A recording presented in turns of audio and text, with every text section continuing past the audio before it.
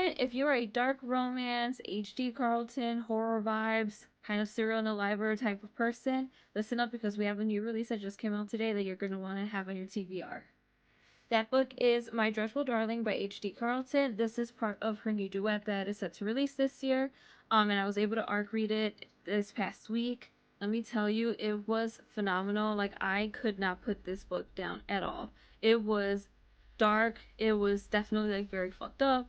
Everything that we love about H.D. Carlton, but then she added like another little bit of like mystery element to it, a lot of suspense to it.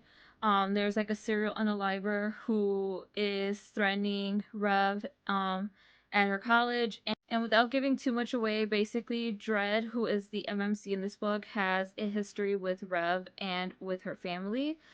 So his whole mindset is basically like trying to get revenge. He is very angry about how they ruined his life. And he's very much out to get Rev, so he makes her life as miserable as possible. So Dread definitely makes Zayd and Enzo and every MMC that HD has ever had seem like an angel because he does some very like messed up, dark things to Rev throughout the book. But even with all of the messed up things that he does, like I could not help falling for him. I feel like he very much comes across as like a misunderstood character, like someone who never fully processed all his trauma, processed everything that happened to him and his family. His only outlet was to let it out with like anger and resentment, which is why it's always directed at Rev. It's basically like, well, you're here, you're close to me, I could get my revenge on you. And Dread has definitely like become one of my favorite MMCs because we do see his character progression of like being like an ass to Rev, to kind of having like a soft spot for her and realizing that, you know, maybe he was too harsh on her, maybe he couldn't have put the blame on her, or he shouldn't have put the blame on her to begin with. And then like Rev, she is very much like a badass. She does not take any of the shit that Dread gives to her, and you know, she does give up she does put up a fight.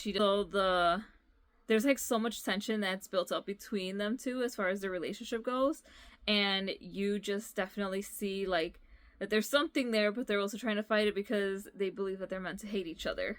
And we just see how these two kind of come together to like overcome their past, go into like a deep dive of everything that they saw, everything that they experienced as kids to where they are now, and then just trying to figure out where they're going to go from here.